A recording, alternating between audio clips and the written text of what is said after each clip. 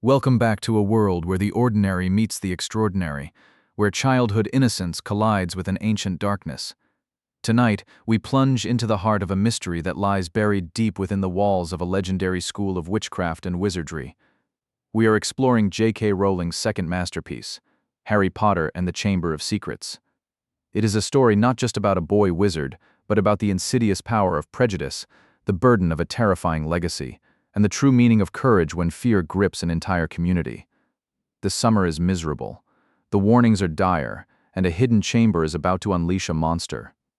How do you fight a secret that everyone fears but no one can find?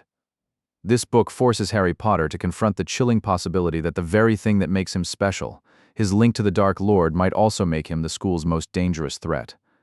Get ready to discover the shocking truths, the daring escapes, and the moment a young wizard learns the name of his greatest enemy, Tom Riddle. The misery of Harry's 12th birthday is interrupted by the most unlikely visitor, Dobby, a frantic house elf with eyes as big as tennis balls. This creature brings an ominous, terrifying warning. Harry Potter must not return to Hogwarts. Dobby, in a misguided attempt to keep Harry safe, has intercepted all his friends' letters, isolating him completely. When his antics escalate, dropping a magnificent pudding during a Dursley dinner party, the Ministry of Magic delivers an official warning. The Dursleys, in a fit of rage and finality, board up Harry's window and lock him in his room, determined to suffocate his magic and his future. But the bonds of true friendship are not so easily broken. In the dead of night, a brilliant pair of headlights cuts through the darkness.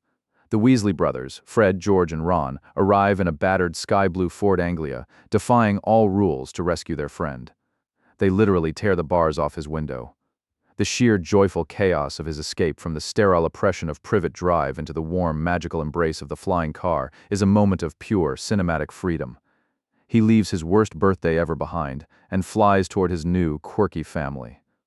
The Burrow, the Weasley family home, is a lopsided, gloriously ramshackle tower of love and magic, the perfect antithesis to the Dursleys' suffocating conformity. Harry is instantly embraced by this chaotic, generous family, which includes the shy, young Ginny, who has an obvious and endearing crush on him. It is here that Harry first hears the name Gilderoy Lockhart, the flamboyant, self-promoting wizard destined to become their next defense against the dark arts teacher. The journey to stock up on school supplies takes them to the bustling, enchanting chaos of Diagon Alley. But beneath the charm, a sinister element begins to surface. In a dark, shadowy corner of the alley, Harry overhears Draco Malfoy and his father, the imposing and influential Lucius, discussing dark matters. A dangerous object, a suspicious conversation. Harry feels the chilling undercurrent of a plot beginning to form, one that seems intimately connected to Lucius Malfoy and the very fate of Hogwarts. On the day of departure, a crucial and terrifying mistake occurs. When Harry and Ron attempt to pass through the solid brick barrier to platform 9¾ at King's Cross, it is inexplicably, violently sealed. Panic sets in. They are stranded, and the Hogwarts Express is pulling away. In a desperate, rules-shattering decision, they commandeer the enchanted Ford Anglia and fly it directly to Hogwarts.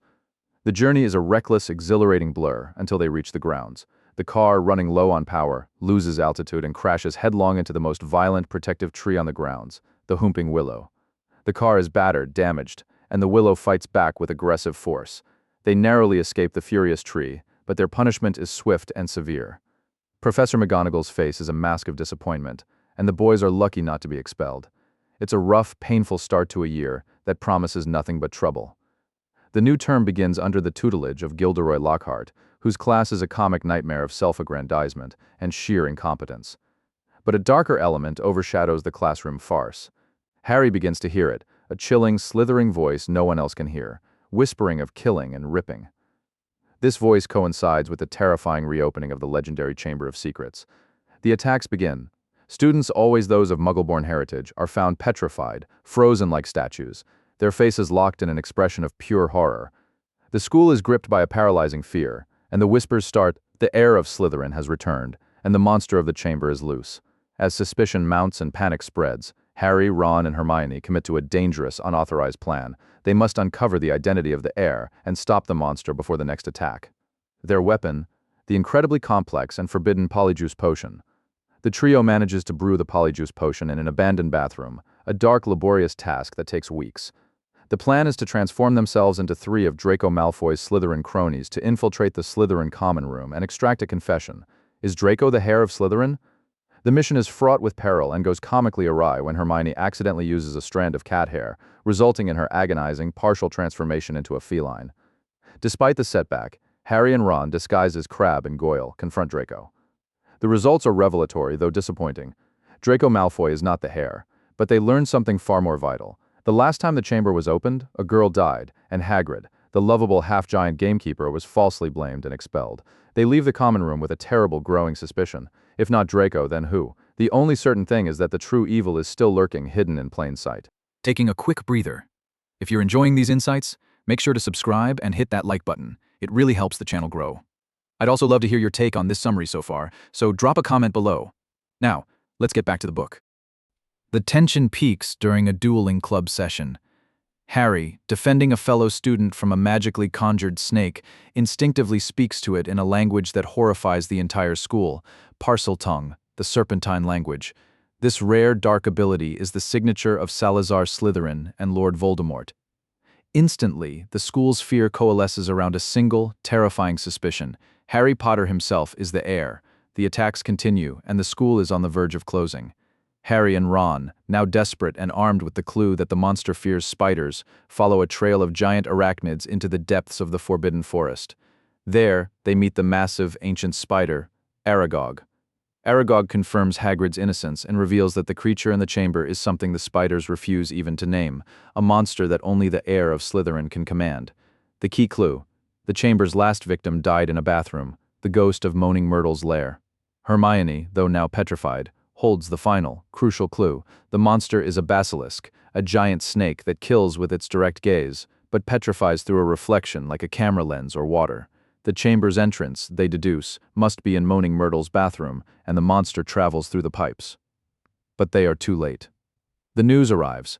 Ron's little sister Ginny Weasley has been taken into the Chamber of Secrets. They rush to the bathroom, find the entrance, a hidden magical sink, and descend into the darkness. Harry and Ron are separated, forcing Harry to continue alone into the cavernous, water-filled chamber. There, he finds a desperately ill Ginny, and standing over her, a charming, charismatic young man holding her wand, Tom Riddle. The moment of truth arrives. Tom Riddle, the boy in the diary, is a perfectly preserved memory, and he is a piece of Lord Voldemort himself, using Ginny's fear and isolation to gain strength and unleash the monster. Riddle reveals that he is the heir of Slytherin. With Ginny's ink and life force drained, his memory is now fully tangible, a handsome, terrifying shade of the Dark Lord. Harry, alone and facing a full-grown wizard shade, feels utterly helpless. Riddle unleashes the basilisk, whose massive body begins to uncoil from the statue of Slytherin. In this moment of pure despair, help arrives in the form of Professor Dumbledore's majestic crimson and gold phoenix, Fawkes. Fawkes carries the famed sorting hat and blinds the basilisk by pecking out its gigantic eyes. The odds are still impossible. But Harry has a weapon. The sword of Godric Gryffindor appears from the depths of the hat. The final confrontation is a desperate, unequal battle between a 12-year-old and a 1,000-year-old monster. Relying on sheer courage and a blind foe, Harry manages to drive the sword of Gryffindor deep into the roof of the basilisk's mouth, killing the creature. But the danger is not over. The basilisk's fang is now plunged into Harry's own arm. Poison courses through his veins, and Riddle stands triumphantly, watching Harry's slow demise. Yet again, the phoenix intervenes. Fawkes cries over the wound, and the phoenix tears, a powerful healing remedy, save Harry's life. With his last bit of strength, Harry takes the bloody fang and plunges it into the most vulnerable part of his enemy, Tom Riddle's diary. The diary shatters, ink streams out like black blood, and Riddle's terrifying memory dissolves, disappearing forever. Ginny is safe. The monster is dead, and Lord Voldemort's shadow is defeated for now. Harry and his friends return, heroes though exhausted. The petrified students are revived. Hagrid is released from his wrongful imprisonment in Azkaban, and the school celebrates a new freedom from fear. Yet, a final piece of the puzzle remains. Harry realizes that Lucius Malfoy must have been the one to slip the diary to Ginny, using her innocence to orchestrate the crisis and frame Mr. Weasley's family. In a brilliant moment of moral triumph, Harry confronts Lucius. He places the destroyed diary back inside the sock the house elf Dobby was wearing. Harry tricks Lucius into discarding the sock and diary, essentially giving Dobby a piece of clothing, the traditional way a house elf is freed. Lucius raises his wand, but Dobby, now a free elf, intervenes, protecting Harry with a powerful blast of magic. The formerly abused and cringing house elf is now a proud, independent, and fiercely loyal friend. The crisis of the Chamber of Secrets is ultimately a profound examination of prejudice and identity.